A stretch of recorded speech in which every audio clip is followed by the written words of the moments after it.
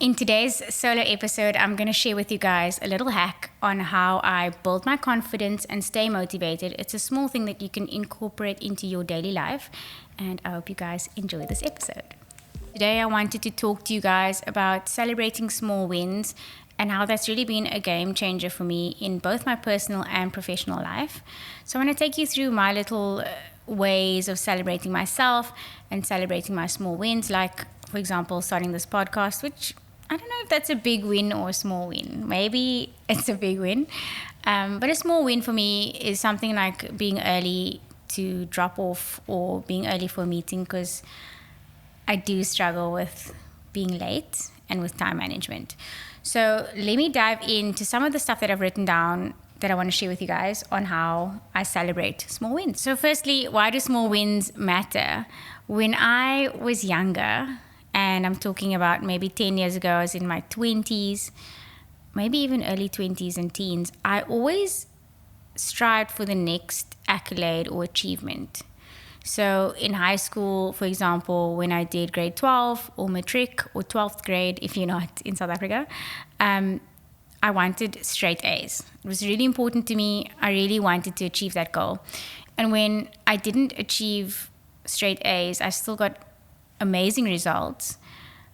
I wasn't able to celebrate those results or be happy about it in any way, shape, or form.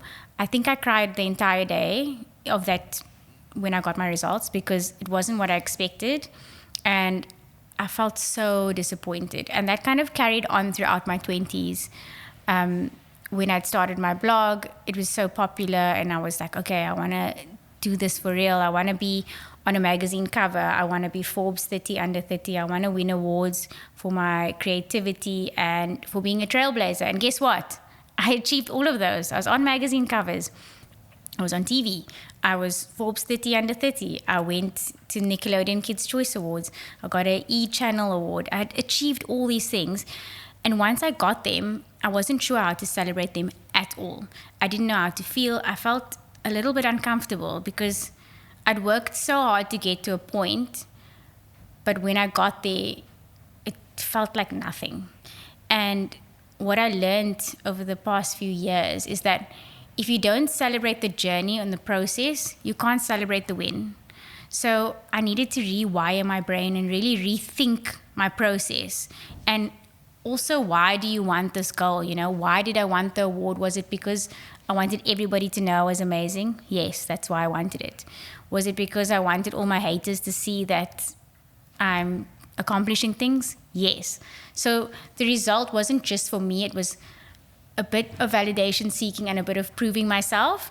And I don't feel that that's a good structure for me to have, because then I can't enjoy the process, and then I find myself unhappy when I get there. So I've done so much research on how to develop self-worth and self-confidence, because like I told you, I'd achieved all these things and I still didn't feel confident. I still didn't feel good enough. And a lot of the research that I've done is on how to generate dopamine from small things, like meditating or journaling or breathing.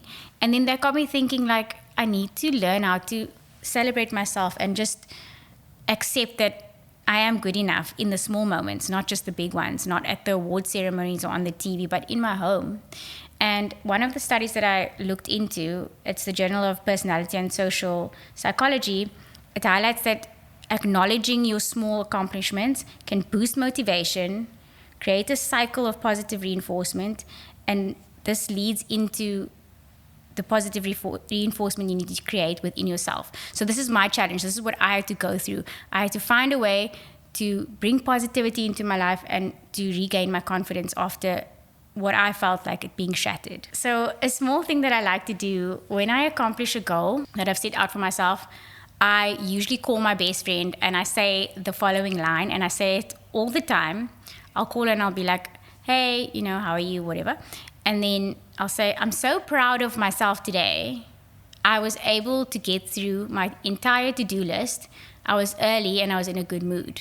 And just saying the words out loud to another person for me did so much for me. It made me start to feel proud of myself. And you know what, she'd always say back, I'm so proud of you, friend, like that you've done so well, or and that meant a lot to me, because we were kind of bouncing that idea of being proud of yourself off of each other. And she does it as well. And I always lean into her way of how she approaches her self-worth. I love that she compliments herself, and I want to do that more in my life.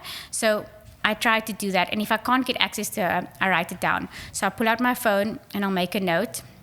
You can call it like your win journal, or, you can give it a name. But I write in my notes, like, I'm proud of myself today. I was on time. I got to work out. I ate healthy. I didn't drink as much coffee as I usually would. Whatever the goal may be, my goals change every year. So I base that on what my goals are, and then I try to celebrate the small moment. When I was creating this podcast, I think a lot of the reasons why I didn't go through with it was because I was overthinking and I wanted things to be perfect. And I didn't highlight the processes I needed to follow in order to achieve the podcast launch. And then I really shifted that towards the end of last year. And I said, I'm going to write down exactly what needs to be done. And that was finding a new manager for brand partnerships, finding a host. So I use Spotify to stream my podcast on all other platforms. Doing the research, listening and watching other podcasts, finding out what I want to do and how I want to do it, and making it really work with my aesthetic was really important to me. So the research element was big. And every time I would figure something out, I'd write it down and I'd in some way celebrate myself, like giving yourself a gold sticker, really, or a gold star. And it wasn't always calling my friend, it was sometimes just writing it down or checking it off of a list. Scratching it out gives you such a boost. If you write something down and just scratch it out, there's like a boost of energy that you get with that. And the same for me when I write something in my notes and I check it off, it just feels so good. And that in itself is a little celebration. And I also feel like another way to celebrate yourself is find out what your love language is. So if your love language, for example, is gifts, then getting yourself something small that you've been looking forward to, whether it's like a hand cream or like a lip gloss or a new phone cover, something to celebrate a milestone that you've reached. For me, I love words of affirmation, so I need to phone somebody. I need to call like my mom, my best friend, my sister, or my husband, and just be like, hey, I'm so proud of myself, I did this thing. And then they'll usually feed it back and say, I'm proud of you too. So figure out what your love language is and then lean into that. If it's quality time, you can take yourself to see a movie or like have a little dance party with yourself. It doesn't have to cost loads of money and be this big elaborate thing. But I think it's really important to go in and celebrate yourself in some way. Okay, so I wanted to give, I know a lot of people who follow me are parents as well. I wanted to give you guys a little insight into something I do with my kids to teach them how to celebrate themselves, how to be confident, and how to celebrate their personal small wins. We play a little game every evening at the dinner table. It's called Roses and Thorns. So we talk about our thorns of the day first. We used to do roses first, but this actually works much better. We talk about our thorns, which is the negative part of our day. So for me, today, the thorn of my day was that I woke up a little bit later than usual and I didn't get a chance to do my journaling because I woke up late. And it set me off for a little bit of a challenging morning. And then my rose of the day was that I got to school on time, even though I was late. And I was able to get everything I needed to do done before 10 o'clock in the morning so that I could film my podcast. So I do this with my kids, and it's actually so adorable. And I encourage everyone to do it with your children. We've been doing it since my little girl is 2, and it's so cute to hear what they're celebrating about themselves.